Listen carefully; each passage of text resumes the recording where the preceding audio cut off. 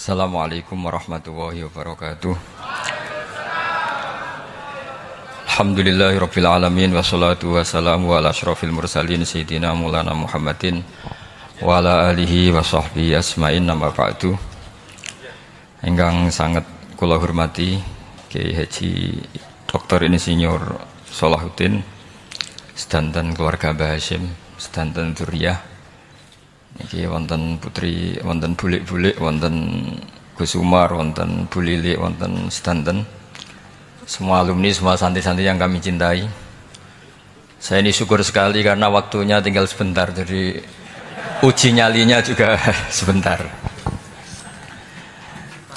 Saya akan ngomong sesuai spesialisasi saya, yaitu fikih.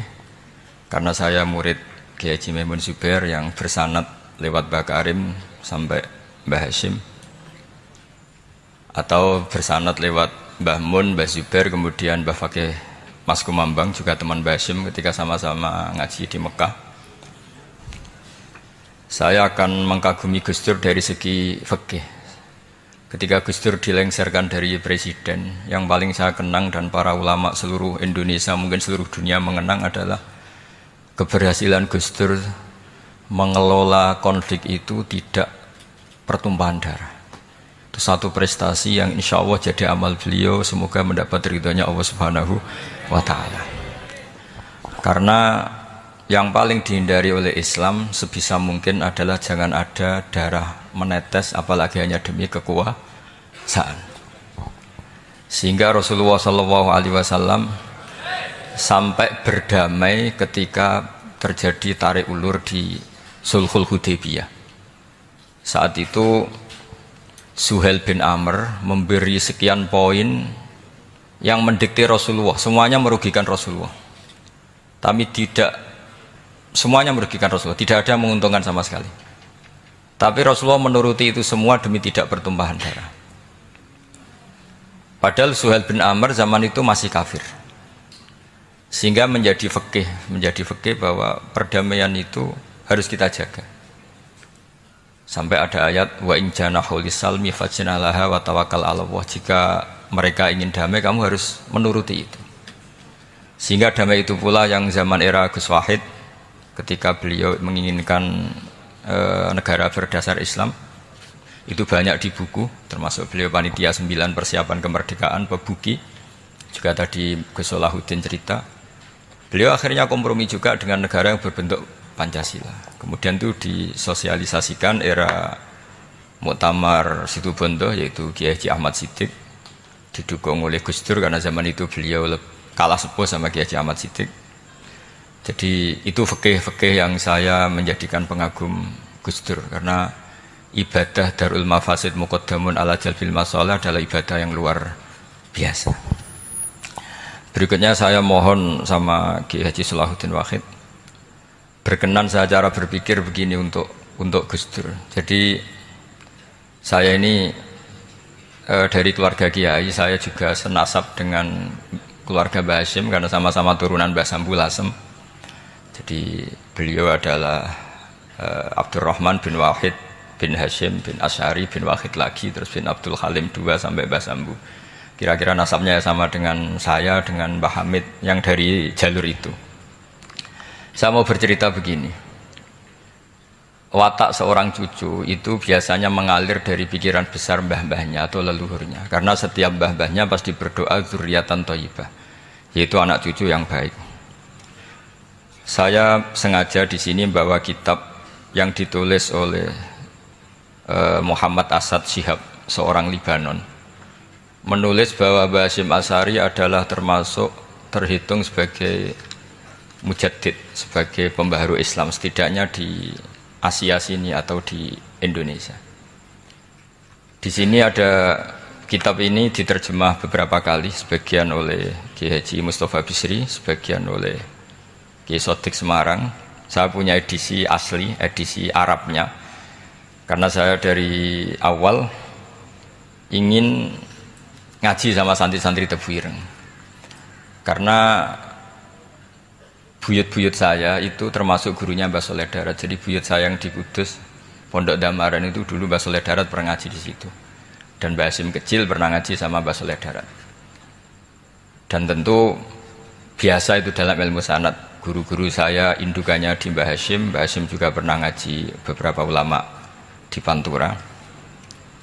Dan saya pastikan di antara perilaku atau manhaj Mbah Hasyim adalah, ini saya baca guru-guru beliau, kemudian ada perilaku yang persis ditiru Gus Dur. Jadi itu bukan sekedar bukan sekedar mitos atau kebetulan. Beliau punya pilihan-pilihan yang dipilih sampai akhir hayatnya. Di sini ada cerita proses Mbah Hasyim ngaji, kemudian pernah ada seorang Jerman mau belajar Islam sama Mbah Hasyim, kemudian ditemui beliau dengan sangat hangat. Ketika sudah mengenal Islam secara detail, ya saya ulang lagi, ketika sudah mengenal Islam secara detail, beliau ngendikan, kamu jangan tergesa-gesa, kata beliau, kamu harus menerima Islam ini secara al-bayyinah, secara argumentatif, secara logika yang benar, jangan karena terpaksa. Itu pula yang akhirnya Mbah Hasyim mendorong khuriyatul fikri, orang itu harus merdeka dalam berpikir. Itu pula yang mengilhami Rasulullah SAW ketika Sulhul Hudaybiyah. Orang kafir yang masuk Islam harus dikembalikan ke habitat kafir, karena itu habitat asli, karena rata-rata dulu suku Mekah zaman itu kafir semua. Tapi yang orang Islam masuk kafir harus dibiarkan karena dianggap kembali ke habitat. Tentu semua perjanjian itu merugikan Rasulullah SAW. Tapi yang unik, Rasulullah itu menerima itu semua. Kata Rasulullah, sudah perjanjian itu kita terima saja. Akhirnya perjanjian itu diterima. Kemudian tapi Nabi hanya minta satu hal. Orang kafir Quraisy tidak boleh melarang orang diskusi Islam. Akhirnya mereka diskusi tentang Tuhan, tentang agama, tentang macam-macam. Sehingga mereka akhirnya membandingkan, enaknya punya Tuhan batu sama Tuhan yang disebut Muhammad. Tentu mereka masih jangkar pakai nama Muhammad. Mereka diskusi. Kalau kita punya Tuhan berhala, efeknya begini-begini. Kalau Tuhan kita banyak, efeknya gini-gini. Diskusi. Yatafawaduna fil hadis. Mereka diskusi secara terbuka. Terus fama ahadun ya'kilu syai'an illa dakhala fihi. Kemudian seseorang yang berpikir secara benar, yang mengenali Islam, pasti akan masuk Islam.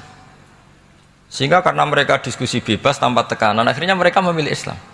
Dan selama mereka Islam, mereka akhirnya ikrar Islam sama ikrar, ya cara sekarang ikrar, kemudian menjadi Muslim. Dan otomatis perjanjian itu dibatalkan.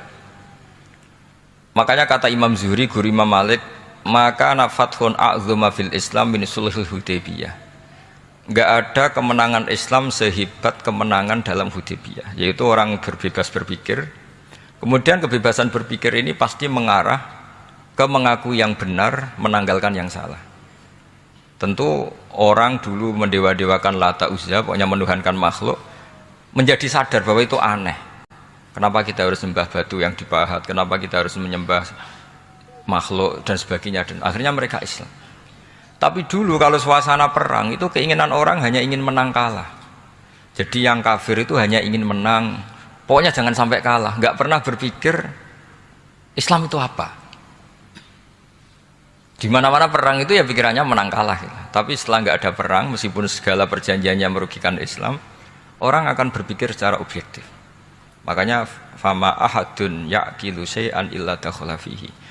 Tidak ada seseorang yang berpikir tentang Islam kecuali akhirnya masuk Islam. Sehingga itu disebut maka nafathun a'zuma fil Islam min sulhul Hudaybiyah. Tidak ada futuhat yang sebesar sulhul Hudaybiyah. Ya, kitab ini namanya Wadi'ul Labinat Istiqlalil Indonesia. Mungkin santri Tebuireng mungkin lebih tahu ya, karena harusnya lebih tahu. Jadi kalau tahunya baru sekarang ya rontok innalillahi wa inna ilaihi rajiun. Jadi saya tidak perlu bangga lebih tahu, karena memang seharusnya Anda lebih tahu. Kalau tidak ya keterlaluan. Ya namanya itu Wadi'ul Labinatil Istiqlal al Indonesia. Ini saya baca, tapi ini demi Gus Dur, artinya bahwa pilihan-pilihan itu mulai ada zaman Mbah Hasyim Asy'ari. Saya baca satu-satu ya, mulai kredibilitas ilmu beliau, karena dalam Islam itu harus ada sanad. Saya pernah ditanya seorang ilmuwan, Pak Bahak, kenapa Islam itu harus ada sanad? Kita kan orang cerdas, kan bisa berpikir sendiri, ngapain nunggu pikirannya orang-orang, kata saya. Terus saya bilang, agama itu agamanya Allah dan Rasul. Kalau pikiran kamu namanya agama kamu, bukan pikiran agama, kata saya. Kalau kamu punya pikiran, yang namanya pikiran kamu, tidak agama. Kalau agama itu harus bersanad. Jadi pikirannya Mbah Hasyim sama dengan pikirannya Mbah Mahfud pikirannya sama dengan Said Abi Bakar Sato sama dengan Sayyid Zaini Dahlan, dan seterusnya sampai logika itu sampai Rasulullah Shallallahu Alaihi Wasallam. Saya beri sekian contoh. Pikiran yang kita ciptakan bisa salah, misalnya begini. Dulu misalnya Nabi pernah bersabda, al-qatil wal maqtul finnar, pembunuh yang dibunuh sama-sama neraka. Jadi idal taqal muslimani bisayfihima fal qatil wal maqtul finnar. Jika dua orang muslim bertemu sama-sama bawa pedang, maka yang bunuh maupun yang dibunuh itu sama-sama masuk neraka. Makanya kita harus syukur sekali Indonesia itu paling menghindari membunuh, karena kalau sesama muslim membunuh itu ancamannya berat, sama-sama masuk neraka. Bukan sekedar diboyong dari pondok Tebu Ireng, itu neraka gitu. Kalau dibayang pondok gampang itu, nanti mondok lain gampang. Terus logika sahabat begini, hadza al-qatil fama balu maqtul. Oke ya Rasulullah, kalau al-qatil masuk neraka namanya pembunuh, oke kita terima. Tapi fama balul maqtul, lalu dosanya yang terbunuh itu apa? Wong dia korban kok dia dibunuh. Apa jawabannya Rasulullah sallallahu alaihi wasallam? Jawabannya innahu kana harison ala qatli sahibi. Sebetulnya dia juga mentalnya pembunuh, cuma nasibnya terbunuh. Jadi seperti misalnya sampean hasud saya, itu nggak perlu disakeni. Sebenarnya sampean yang inginnya ya menggusur saya, cuma nasibnya tergusur gitu. Makanya kalau ada orang rebutan pacar kok kalah itu udah usah disakeni. Sebenarnya mentalnya dia perebut gitu. Cuma nasibnya kalah gitu. Jadi apa ya? Ya tadi. Ya ini penting ya, penting sekali itu. Jadi sebetulnya ketika duel itu semuanya kan mentalnya pembunuh, maka dia nasib saja sebagai maktul, tapi mentalnya pembunuh. Karena dia mentalnya, niatnya, komitmennya pembunuh, maka dia sama-sama di neraka. Maktul itu fakta, faktanya terbunuh, tapi mentalnya pembunuh, sehingga hukumannya sebagai pembunuh. Sama kalau sampean berebut itu mentalnya ya perebut, cuma nasibnya kalah atau terebut. Itu soal nasib. Ini saya baca dulu ya guru-guru Mbah Hasyim supaya clear. Selama ini yang dikenal kan beliau ngaji sama saya Mahfud, saya Khotib Minangkabau. Ini di kitab ini. Saya baca sesuai harokat yang ada di kitab ini. Nanti kalau sampai tidak cocok karena beda madhab, ya nggak apa-apa, asal pinter saja. Karena baca kitab itu unik. Kadang-kadang satu guru sama guru yang lain itu beda-beda. Dan biasanya guru itu nggak mau kalah. Mbah Mun tuh sering cerita, ada kiai maknani wati ini lan wit alu. Itu muridnya gerutu karena pernah mondok itu kok enggak gitu. Pak guru, di kitab saya maknanya itu pohon elu. Lah iya cung, wit elu kena gua alu kata guru. Gurunya enggak mau kalah itu. Ada yang guru itu salah baca wal jarodin lan lawang. Muridnya enggak terima. Pak Yai saya pernah ngaji itu maknanya walang. Lah iya walang sing ning lawang cung. Itu memang kasus makna-makna di Jawa itu banyak itu. Karena awalnya memang wis rodok bodoni. Kenapa saya bilang bodoni? Yang bilang Mbah Mun makna Jawa ono bodoni ini ya. Karena watin itu kan nggak ada di Indonesia. Tapi kiai itu malu kalau gak iso maknani. Akhirnya wati ini wet elu. Tanyakan orang pakar ahli Jawa ya tidak tahu lo itu apa. Pokoknya butuhnya kiai itu ada lafaz ya ada maknanya. Padahal jenis itu nggak ada di Indonesia. Seperti haudat itu maknanya di Jawa sekedup. Sekedup itu rumah kecil yang ada di unta zaman dulu. Di Jawa ada enggak? Tidak ada. Kalau kamu tanya orang Jawa ini apa namanya? Namanya ya rumah kecil di atas unta. Tapi Kiai Jawa dulu punya makna namanya apa? Sekedup. Jadi Kiai Jawa itu luar biasa improvisasinya. Ya rodok bodoni itu. Lah yang sering bodoni itu bab halal haram, tapi bodoni apik. Yang tidak semua bodoni itu buruk, kadang wajib. Betul ya? Ini sama tergesola. Ini karena keahlian fikih saya juga barokahnya Mbah Hasyim Asy'ari supaya beliau senang. Beliau senang karena para nabi, para wali, para ulama itu tidak meninggal. Tadi kalau Mbak Anita bilang wafat itu kalau dalam bahasa Arab wafa yafi wafaan itu maknanya nuhoni. Nuhoni itu sudah memenuhi. Jadi sebenarnya memang nggak pernah ada orang mati itu. Jadi kita punya jatah umur, jatah rezeki sudah terpenuhi semua. Namanya wafat. Dari kata wafa yafi wafaan, sesuatunya sudah penuh maka diambil. Kalau roh sendiri nggak pernah meninggal. Ya roh sendiri kalau Mbak Anita bilang kita memperingati kehidupan Gus Dur ya memang hidup karena tadi nggak ada siapapun bilang orang itu mati. Orang mati itu adalah jasad, rohnya diambil dari jasad. Lah roh sendiri ini nggak pernah berstatus mati karena makanya orang Jawa semua sepakat wong mati ku piye sing nyawane dijabut. Jasadnya mati, nyawanya diambil. Kemudian nyawa ini yang mengalami dapat nikmat maupun dapat azab. Sehingga keyakinan ahli sunnah wal jamaah ini perlu didoakan karena menghadapi Allah butuh topangan doa dan doa itu nggak pernah salah karena otoritas doa itu milik Allah Subhanahu wa Ta'ala. Nggak bisa kamu nyemprit Allah ini sudah akhirat loh, amal nggak ada gunanya loh, nggak bisa. Allah tetap zat yang bisa mengabulkan doa siapa saja. Sehingga ahli sunnah berpendapat doa itu yanfa'ul mayyit, doa itu manfaat untuk mayit. Sehingga Basim Asy'ari ngarang secara spesifik risalah an ahli sunnah wal jamaah. Di antara yang paling pokok adalah ad-du'a yanfa'ul mayit, bahwa doa itu manfaat pada mayit. Ini saya hitung ya guru-gurunya Mbah Hasyim. Darus Salhat Muhammad Hasyim Asy'ari ini karangannya Asad Syihab, orang Libanon. Buku ini selesai tahun 72. Beliau lama sekali ikut ngaji di sini sama Mbah Hasyim. Tapi sebagai peneliti, beliau ke sini sudah alim. Ndak terus masih ngapalkan alif bata itu ndak, itu masih sudah alim. Darus Salhat Muhammad Hasyim Asy'ari fil Haramil Makki Syarif fi Makkah Al-Mukarramah alaihi ulama. Seterusnya beliau hitung ya. Amsalus Syekh Ahmad Amin Al-Attar wa Sayyid Sultan bin Hasyim wa Sayyid Ahmad Zawawi. Ya dihitung ya sudah berapa itu. Tapi beliau ke sana sudah alim loh. Jangan sampean kira kalau sampean ke sana itu jadi TKI repot nanti itu. Itu kata Mbah Mun kalau ada orang mau mondok Mekah. Apa mondok Mekah wis alim dereng. Kersane pinter bahasa Arab, Pak. Bakul es neng Arab pinter bahasa Arab kata Pak. Jadi kalau beliau kalau sama orang belum alim mondok di Mekah itu agak duka beliau. Ya, Syekh Ahmad Amin Al-Attar, wa Sayyid Sultan bin Hasyim, wa Sayyid Ahmad Zawawi, wa Syekh Ibrahim Arab, wa Sayyid Ahmad bin Hasan Al-Attar, wa Syekh Said Al-Yamani. Ini yang gurunya Mbah Zubair juga guru-gurunya keluarga sarang, wa Sayyid Husain Al-Habsyi. Ini mbah-mbahnya keluarga Habib Anis Solo. Jadi ya pokoknya keluarga besar Solo karena kita tahu Habib Anis itu bin Alwi bin Ali yang punya simtut Duror bin Muhammad bin Husain. Alladzi tawalla mansibal iftah hatta wafatul maniyah wa Sayyid Bakar Sato. Ini yang ngarang Anatul Thalibin. Wa Syekh Rahmatullah wa Sayyid Alawi bin Ahmad As-Segaf. Ini yang ngarang Tarsihul Mustafidin. Kita tahu sarah i'anah paling terkenal adalah dua, I'anatul Thalibin dan Tarsihul Mustafidin. Itu dikarang oleh Alawi bin Ahmad As-Segaf.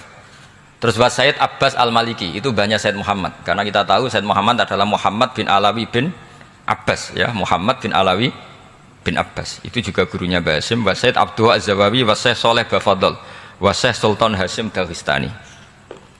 Jadi selain guru-guru di Indonesia termasuk Mbah Mahfud Termas, Syekh Khotib Al-Minangkabau, beliau punya guru-guru itu yang saya sebut. Lalu barokahnya guru-guru itu, ya, barokahnya guru-guru itu, Mbah Hasyim berpikir seperti itu, dan berpikir seperti itu yang mengilhami Gus Wahid, kemudian Gus Wahid mengilhami Gus Dur. Kenapa saya cerita ini? Supaya kamu tahu bahwa pikiran-pikiran besar Gus Dur itu ada sanadnya. Jangan sampai kamu berpikir Gus Dur cerdas muka kan delok film lah, terus gue delok film kan ya repot gitu. Jadi makanya ini, karena banyak juga yang cerita Gus Dur sebagai budayawannya, sebagai demokratnya, sebagai pluralisnya. Yang cerita itu kan sudah ada, masa saya disuruh cerita itu lagi? Jadi kalau sampean saya cerita itu lagi kan coro Jawa tahsilul hasil. Jadi ini itu tidak bidang saya. Bidang saya akan melihat Gus Dur sebagai cucu Mbah Hasyim siapa? Asy'ari. Ini saya baca ya. Ini bahasa Jerman tapi sudah diagak-agak Arabkan. Ma'al Muhandis Karel von Schmidt. Ini Mbah Hasyim. Jangan kira yang pernah berkawan ya, bersosialisasi dengan non muslim itu mulai Gus Dur, mulai Mbah Hasyim. Ini Mbah Hasyim ini di halaman 108 kitab tadi Wadi'ul Labinati Istiqlal Al-Indonesia. Kitab ini boleh sampean gasap kok. Nanti setelah ini tak bawa pulang atau sampean gasap nggak apa-apa. Ini santri-santri tebu ireng nggak apa-apa. Siap ya? Ya nanti bisa dibajak. Lakot kan seterusnya hakon ziyaratil ala Muhammad Hasyim wa kana dzalika fi yaumini 7 Juli tahun 1936. Fi maqorihi Tebu Ireng. Haitsu taqaltu indahu bil muhandis Karel von Smith. Wa kanatil fursa saikhal tahadus ma'ahu tawilan. Terus setelah itu ini ceritanya muallif menangi Mbah Hasyim diskusi sama orang orientalis. Ini kata muallif wa hadhil uqdatu takunu aqidatan wa hiya uqdatul mustasyrikin fa kullu shay'in ya'ti minal ghurbiyin wal irobiyyin wa Eropa ya'tabirunahu dasisah. Jadi zaman itu Mbah Hasyim itu sering punya tamu dari Eropa, dari barat, dari macam-macam. Sumastatrodal muhandis fa terus seterusnya sampai nah ini cerita saja betapa Mbah Hasyim itu perkawanannya luas sekali. Terus ini cerita akhirnya orang ini sampai masuk Islam. Ketika masuk Islam, di antara pesannya Mbah Hasyim, saya ulang lagi, di antara pesannya siapa? Mbah Hasyim itu beliau bilang kamu harus dipikir-pikir lagi katanya. Itu kan satu kearifan Mbah Hasyim ini saya baca karena saya takut ditegur ini, saya juga nunggu surat kok tidak datang-datang ini kok. Supaya cepat selesai. Ini bebas. Kalau ada surat malah kebenaran ini karena sudah mulai nyari-nyari. Ya jadi saya mohon nanti kitab ini bisa dikaji di sini. Nanti saya tinggal di sini ada cerita-cerita sampai beliau berteman orang Eropa, terus beliau macam-macam sampai terus saya teruskan. Summa arsalatku syirka ila Indonesia amni 1929 watana qala fi kasir minal mudun wa makata akhiran fi madinati Surabaya bi Jawa Syarqiyah wa min huna bada'atil hidayah wa taufiq taqudanihi ilal khairi. Hadas lautil hadis fil amil alladhi yakti fatratas tiraq. Jadi orientalis tadi ketika berteman Mbah Hasyim lama-lama tertarik oleh Islam. Ketika mulai tertarik dengan Islam, wa sya'ara bil istiqra aruhi wal amnit tam wa kaifa ya'budu rabbahu ibadatan hakikiyah. Terus mulai tertarik dengan Islam, terus konsultasi sama Mbah Hasyim. Jadi tertariknya barokahnya Mbah Hasyim. Orang ini kemudian wabakiyal muhandis itu insinyur Karel von Smith fi Indonesia hatnan dalatil harbul alamiyah sehingga perang dunia kedua selesai wa indama qawamal indonesiun didal hukmil al-Hulandi fi harbil istiqlal am wa kana al-muhandis fi sufil indonesiin dafa'u islamuhu li syarika sakterusi. Terus ini saya cerita, jadi Mbah Hasyim pernah mengislamkan orang Belanda, orang Jerman. Orang apa? Orang Jerman, terus orang ini hidup di Hamburg. Sampai akhirnya beliau dakwah Islam di sana. Jadi ini penting ya supaya sampean tahu bahwa Tebu Ireng mulai dulu adalah komunitas internasional. Ya, Tebu Ireng mulai dulu adalah komunitas internasional. Jadi terus ketika ngadepi Indonesia yang dijajah, ini Mbah Hasyim bersama kawan-kawannya sepakat iktikaf di Multazam. Ini saya baca ya. Wa akhiran istama'a ma'a nukhbatin min haula'i talaba min zalama alaihi al-had Muhammad Hasyim ala ayata'ahadu wa yaqumu bi amalin fi lailatin lailan min laili syahri Ramadan. Al-mu'azzam istama'a haula'i talaba waladina yantamuna ila iddati qawamiyatin. Qawamiyah itu kalau bahasa sekarang perlawanan min Afrika wa buldani janubi Asia, Asia Tenggara wa Asia al-Wusta, Asia Tengah wal buldan al-Arabiyah wa kana al-had Muhammad Hasyim Asy'ari ahadahum bahwa qafu jami'an amamal multazam bil Ka'batil musyarrafah wa ahadu wa aqsamul yamin ala yakum bil jihad fi sabilillah li ilahi kalimatil Islam wa tauhidil muslimin bin nasril ilmi wa tau'iyah wa tafaqquh fiddin talaban lil mardatillahi ta'ala la yarjuna min wara'i dzalika malan wala mansiban li anfusihim. Jadi sebelum beliau pulang ke Indonesia, itu komunitas Asia Tengah, Asia Dekat, Asia Jauh, semuanya dijajah karena Mesir dijajah Prancis, yang Burma dijajah ini, yang Indonesia dijajah ini, semuanya berdoa di Multazam. Intinya Mbah Hasyim itu patriotik betul, patriotik betul. Tapi ya religius betul. Beliau berdoa di Multazam, beliau menyanggupi siap jihad melawan penjajah. Tapi saat itu juga berikrar kalau semua itu tidak untuk nyari pangkat. Makanya saya yakin Gus Dur adalah orang saat jabat presiden karena supaya Indonesia tidak chaos. Buktinya apa? Ketika beliau dilengsarkan ya santai saja. Wong ngajine wa mal hayatud dunya illa mataul ghurur. Jadi ya santai saja itu. Ndak jadi masalah. Terus kitab ini menerangkan, ini saya baca ya. Li khidmatid duwal alladziina laha musta'maratun. Musta'marat itu dijajah mislu Holanda wa Inggris wa Rusia wa Pernisa wa fi hadzal amri bidzat ara ana alal muslimin wal mas'ulin khususan. Ini intinya ulama-ulama yang dari timur jauh kemudian sowan ke Mbah Hasyim minta fatwa karena negara-negara mereka juga dijajah. Jadi dulu orang dari Jerman, dari mana-mana belajar Islam juga sama Mbah Hasyim. Yang negara-negara Asia Timur, Asia Dekat itu juga kalau konsultasi kemerdekaan juga sama siapa? Mbah Hasyim. Jadi uniknya kitab ini ditulis oleh orang Libanon. Jadi orang Libanon itu saking penasarannya sama Mbah Hasyim Asy'ari itu datang ke sini. Ya datang apa? Datang ke sini untuk belajar sama Mbah Hasyim. Dan di antara belajar itu kemudian sampai sini ternyata tamu-tamunya Mbah Hasyim dari berbagai negara. Mulai yang konsultasi cara memerdekakan negaranya karena ngalami dijajah sampai cara belajar Islam yang benar, termasuk tadi yang Karel von Schmidt tadi yang masuk Islam karena konsultasi sama Mbah Hasyim, padahal dia orang Jerman. Terus di antara kelebihannya Mbah Hasyim ini juga ditiru Gus Dur, wal haji Muhammad Hasyim la yajidu kharajan ayuna kisau sami' wal mukhatab bal yurahibu bidzalik.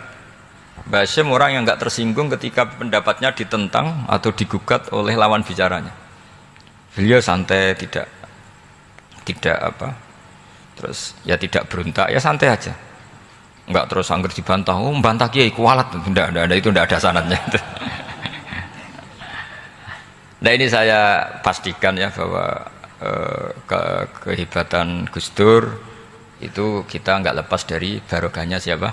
Mbah Hasyim. Sekaliber Rasulullah SAW sebagai Sayyidul Khalqi, Sayyidul Anbiya al-Mursalin, beliau yang ngakui ana da'watu Ibrahim wa bisyaratu Isa. Aku hebat ngene iku barokah dungane Nabi siapa? Ibrahim. Maka ini sesuatu yang saya tekuni, jadi enggak salah kalau bicarakan Gus Dur ya harus bicarakan Mbah Hasyim. Sama bicarakan Nabi Muhammad SAW juga harus membicarakan Jadduhul A'la yaitu Ibrahim alaihissalam. Jadi ini kitab bisa dipakai atau digasap ya enggak apa-apa. Artinya gini, gasap itu kalau saya ada ridho jadinya gasap, kalau ridho ya jadinya boleh. Dan menjadi gasap kalau nggak dipelajari. Ya, jadi kalau enggak terus tinggo jimat itu kita Gus Bah sakti, wah ya repot makanya ini. Nah kalau dipakai itu gasap. Tapi kalau nanti didiskusikan sama teman-teman, kemudian menjadi baik, menjadi luar biasa, saya ikut ngamal. Terus saya ulang lagi, saya teruskan. Ittisolatuhu. Ittisolatu itu komoditas beliau. Lahu ittisolatun wasi'atun wa mukatabatun ma'a katsirin min zu'ama'il alam al-islami fi dzalikal ahdi. Bianahum Asy Abdul Aziz As-Sa'alibi wa Sayyid Diyauddin wa Syairozi Adwul Injil terus beliau punya perkawanan besar di komunitas internasional, termasuk Syekh Muhammad Abdul Karim Al-Khattabi wa Sayyid Alawi bin Thahir Al-Haddad Mufti Sultanati Johor. Ya, beliau berkawan dekat sama muftinya kerajaan Johor, wa Muhammad Ali wa Syaukat Ali bil Hindi wa Muhammad Ali Jana Muhammad Iqbal. Muhammad Iqbal yang terkenal di India itu, wa Sayyid Hibaduddin Asy-Syahrastani wa Wazirul Ma'arif Al-Iraqiyah. Beliau berteman sama PM Irak. Jadi kalau Gus Dur dari Mesir belajar di Irak, ternyata dulu mbahnya teman akrabnya Perdana Menteri apa? Irak. Terus banyak waroisu Majlis Tamyiz wa Sayyid Al-Alama Muhammad bin Aqil wa Sayyid Muhammad Jadul Maula wa Sayyid Muhammad Surur, saat terusnya itu. Jadi Ini nanti saya tinggal termasuk catatan-catatan ini saya mohon ridho dari Gus Solah dari supaya santri-santri sini belajar bahasa lebih serius supaya gampang. Kenapa saya katakan harus seperti ini? Dulu Nabi Ibrahim itu di antara anak cucunya itu secara lahir ada yang tidak soleh. Karena anak cucu itu punya otoritas sehingga anak cucu ini yang menstatuskan Nabi Ibrahim. Sampai Allah sendiri yang meluruskan pengklaiman itu, yaitu ada ayat maka anak Ibrahimu Yahudiyah wala Nasranian, karena ada orang yang bernama Yahuda bin Yakub bin Ishak bin Ibrahim. Karena Yahuda punya pola tertentu dalam beragama, terus seakan-akan mbah-mbahnya paling ya begitu. Akhirnya Ibrahim pernah disetatuskan sebagai Yahudi. Sampai Allah sendiri yang ngintikan maka anak Ibrahimu Yahudiyah wala Nasranian. Sampai datang Rasulullah SAW yang memaklumatkan saya juga cucu Ibrahim orisinil, dan saya pastikan Ibrahim itu bukan Yahudi tapi bapak tauhid. Semenjak itu Ibrahim dipulihkan namanya, bukan Yahudi tapi bapak tauhid, yaitu diistilahkan Nabi millata abikum Ibrahim, semua tauhid adalah nginduk kepada Nabi siapa? Ibrahim. Nah saya ingin santri-santri Tebu Ireng misalnya nanti suatu saat jadi komunitas internasional, jadi orang keren komunitas internasional, itu bukan karena ingin gaya-gayanan terkenal, tapi ingin niru Mbah Hasyim bahwa itu awal dakwah Anda fil alam. Semua alam ini tentu butuh tauhid, butuh kebenaran, bukan gagah-gagahan sebagai orang populer. Terus persahabatan yang luas, misalnya Anda khusyuk terus kuper, wah ratau kancanan wong hampir jadi wali gini terus kuper. Mungkin Anda tidak akan jadi wali karena sanatnya Mbah Hasyim itu perkenalannya luas. Sementara kamu milih kuper, gak pernah berteman orang, tapi sanatnya sampai Mbah Hasyim itu membingungkan sanat itu. Wong Mbah Hasyim tidak gitu kok kamu nyanatkan begitu. Jadi kalau santri Tebu Ireng mulai sampai yang kamar, terus ngobong dupo, terus menterkenalkan diri jadi wali gitu.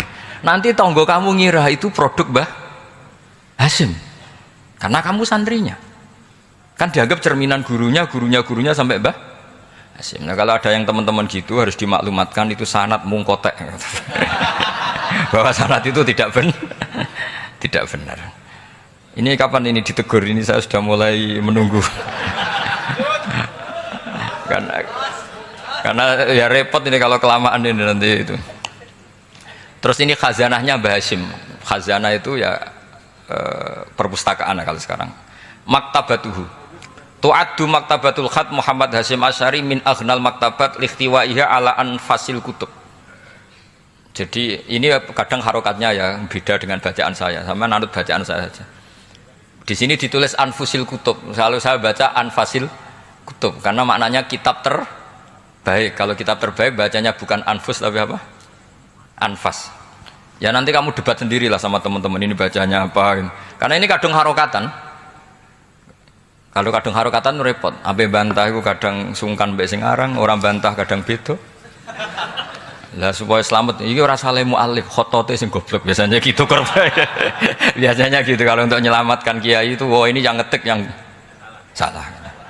Padahal kadang kiai ini barang ya rodok salah tapi ya sembol.